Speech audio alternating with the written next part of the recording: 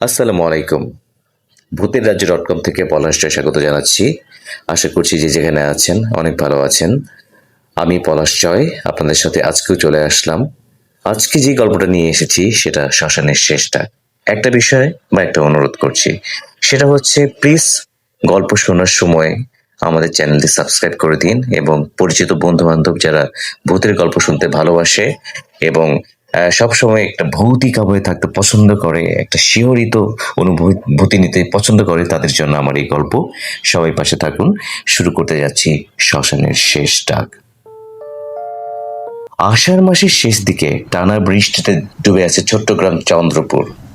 বিদ্যুতের ঝলকানিতে মাঝে মাঝে গ্রামের শেষ প্রান্তের পুরনো শ্মশানটা চোখে পড়ে। দিনের বেলাতেও সেখানে কেউ যাওয়ার সাহস করে না।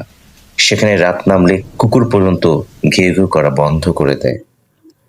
গ্রামের বৃদ্ধরা একটা কথা প্রায়ই বলে, শ্মশানের দিকে কেউ তাকাবি না, আর যদি কেউ তোকে নাম ধরে ডাকে কখনো উত্তর দিবি না। কেউ জানতো না কেন, আসলে কেন বৃদ্ধরা এই কথাটা বলে। কিন্তু সেই নিষেধাজ্ঞা ভেঙেছিল একজন, তার নাম রায়হান। রায়হান পেশায় একজন ভিডিও নির্মাতা।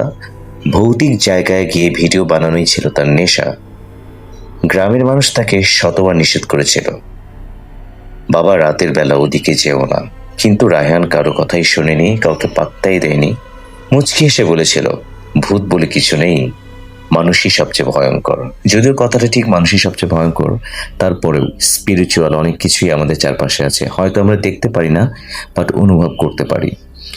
সেদিন সন্ধ্যায় ক্যামেরা, ট্রাইপড আর টর্চ নিয়ে সে একাই শ্মশানের দিকে হাঁটা শুরু করলো। বৃষ্টি তখন নেমেছে, কিন্তু চারিদিকে কুয়াশা। শ্মশানের ফটকে পৌঁছতেই সে লক্ষ্য করলো ভাঙা ইটের উপর কালো রঙে কেউ লিখে রেখেছে, যে ঢোকে সে আর আগের মানুষ থাকে না। রায়ান মুচকি এসে ক্যামেরার সামনে বলল, বন্ধুরা, আজকের ভিডিওতে আমরা যাচ্ছি এই গ্রামের সবচেয়ে ভয়ঙ্কর শ্মশানে। কথা শেষ না হতেই ক্যামেরার স্ক্রিন 1 সেকেন্ডের জন্য কালো হয়ে গেল। আবার জ্বলে উঠতেই রায়হান দেখলো তার পিছনে যেন এক মুহূর্তের জন্য সাদা কাপড় পরা একটা অবয়ব দাঁড়িয়ে আছিল। সে ঘুরে তাকালো, দেখে কেউ নেই। নিজেকে বোঝালো ক্যামেরার গ্লিচ। কিন্তু বাতাসে তখন একটা পোড়া গন্ধ, যেন অনেকক্ষণ আগে কারো দাহ শেষ হয়েছে। আরো ভেতরে এগোতেই সে দেখলো একটা পুরনো চিতা এখনো অদ্ভুত ভাবে গরম। হাত বাড়াতেই কানে এলো ফিস ফিস আওয়াজ, রায়হান।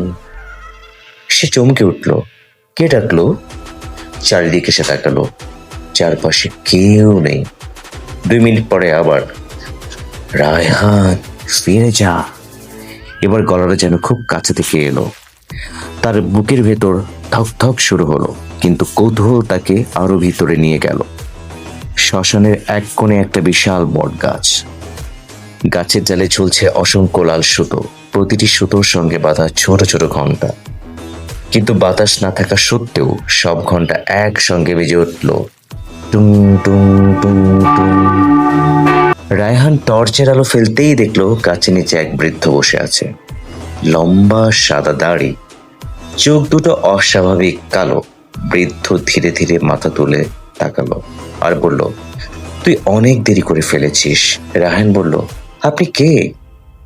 বৃদ্ধ হেসে উঠল, সেই হাসি মানুষের মতো নয়। তারপর ফিস ফিস করে বলল, আজ রাত 3:33 ওরা সবাই জেগে উঠবে। ঠিক 3:33 ওরা সবাই জেগে উঠবে। এ কথা বলেই বৃদ্ধ মিলিয়ে গেল। একেবারে চোখের সামনে রায়হানের হাত থেকে টর্চ পড়ে গেল। চারদিকে হঠাৎ বরফ ঠান্ডা বাতাস বইতে শুরু করলো। সে কাঁপতে কাঁপতে ঘড়ির দিকে তাকালো, সময় 3:32, ঠিক 1 মিনিট বাকি। হঠাৎ শ্মশানের চারদিক থেকে একসঙ্গে ভেসে এলো শত শত মানুষের কান্নার শব্দ। তারপর ধীরে ধীরে মাটির নিচ থেকে বেরিয়ে আসতে লাগলো অসংখ্য কালো হাত, আর তাদের মধ্যে একটি হাত শক্ত করে চেপে ধরলো রায়হানের পা। রায়হানের পায়ে বরফ ঠান্ডা একটি হাত শক্ত করে চেপে ধরল। সে আতঙ্কে চিৎকার করে উঠল। টর্চটা তুলে আলো ফেলতেই দেখলো মাটি ফুঁড়ে বেরিয়ে এসেছে একটি কঙ্কালসার হাত। হাতের নখগুলো অস্বাভাবিক লম্বা, যেন বহু বছর ধরে কবরের মাটির নিচে বেড়ে উঠেছে। সে প্রাণপণে পায়ে টান দিল। এক ঝটকায় হাতটা ছিটে মাটিতে পড়ে গেল, কিন্তু পরের মুহূর্তেই চারপাশের মাটি কাঁপতে শুরু করলো। একটা, দুটো, তারপর ডজন খানেক কালো হাত একসঙ্গে মাটি ভেদ করে উপরে উঠতে লাগলো। রায়হান দৌড় দিল। পেছন থেকে ভেসে আসছিল চাপা কান্না, ফিরে এসো, আমাদের সঙ্গে থাকো, একবার তাকাও, একবার তাকাও। সে গ্রামের মানুষের সতর্কবাণী মনে করলো, পেছনে তাকাবে না। সে তাকালো না। দৌড়াতে দৌড়াতে শ্মশানের মাঝখানে একটি ভাঙা মন্দিরের সামনে এসে থামলো। দরজাটি আধ খোলা। বাইরে থাকার সাহস হলো না রায়হানের। সে ভেতরে ঢুকে দরজা ঠেলে বন্ধ করে দিল। হাঁপাতে হাঁপাতে ক্যামেরার দিকে তাকিয়ে দেখলো ক্যামেরা এখনো চলছে, কিন্তু স্ক্রিনে সে একা নয়। তার ঠিক পেছনে দাঁড়িয়ে আছে তিনটি কালো ছায়ামূর্তি। রায়হান ধীরে ধীরে ঘুরে তাকালো। ঘর ফাঁকা। আবার স্ক্রিনের দিকে তাকাতেই ছায়াগুলো আরো কাছে। ঠিক তখনই ঠক ঠক ঠক, ঠক ঠক ঠক। মন্দিরের দরজায় কেউ ধীরে ধীরে আঘাত করতে লাগলো। তারপর একটি নারী কণ্ঠ, রায়হান, দরজা খোলো, আমি পথ হারিয়েছি। কণ্ঠটা এতটাই স্বাভাবিক যে মনে হয় সত্যিই কেউ সাহায্য চাইছে। কিন্তু হঠাৎ সে কণ্ঠ বদলে গেল।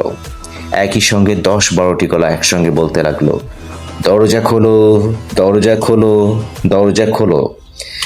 মন্দিরের ভেতরের বাতাস মুহূর্তেই বরফের মতো ঠান্ডা হয়ে গেল। রায়হান অনুভব করলো তার ঘাড়ের কাছে কেউ নিঃশ্বাস ফেলছে। সে ধীরে ধীরে ক্যামেরা ঘুরিয়ে পিছনে ধরল। কেউ নেই, কিন্তু ক্যামেরার স্ক্রিনে স্পষ্ট দেখা গেল একটি সাদা শাড়ি পরা নারী, এলোমেলো চুলে মুখ ঢাকা, তার কাঁধের ঠিক পিছনেই দাঁড়িয়ে আছে। নারীটি আস্তে করে মাথা কাত করলো, তারপর ফিস ফিস করে বলল, তুমি আমাদের ছবি তুলেছ, এখন তুমিও আমাদের সঙ্গে থাকবে।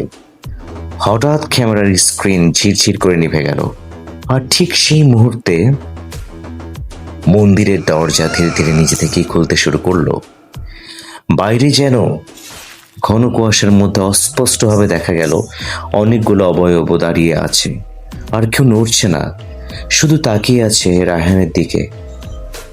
দর্শক মণ্ডলী, আজকে আমি এটা গল্প কয়েকটা পর্বে ভাগ করা, 2টো পর্ব আমি আজকে দিলাম। বাকি পর্বগুলো নেক্সট দিন দেবো নিশ্চয়ই। কেমন লাগলো জানাতে ভুলবেন না। আপনাদের কমেন্টসের অপেক্ষায় রইলাম। যদি ভালো লেগে থাকে প্লিজ আমার চ্যানেলটা সাবস্ক্রাইব করুন, চ্যানেলটি বড় হতে সাহায্য করুন, এবং আপনাদের পরিচিত বন্ধুবান্ধব যারা ভূতের রাজ্যে থাকতে চান, ভূতের সাথে থাকতে চান, শিহরিত হতে চান, ভয় পেতে চান, আমার সঙ্গে থাকুন। ভূতেরাজ্য.com এর সঙ্গে থাকুন, পলাশ জয়ের সঙ্গে থাকুন। শুভরাত্রি।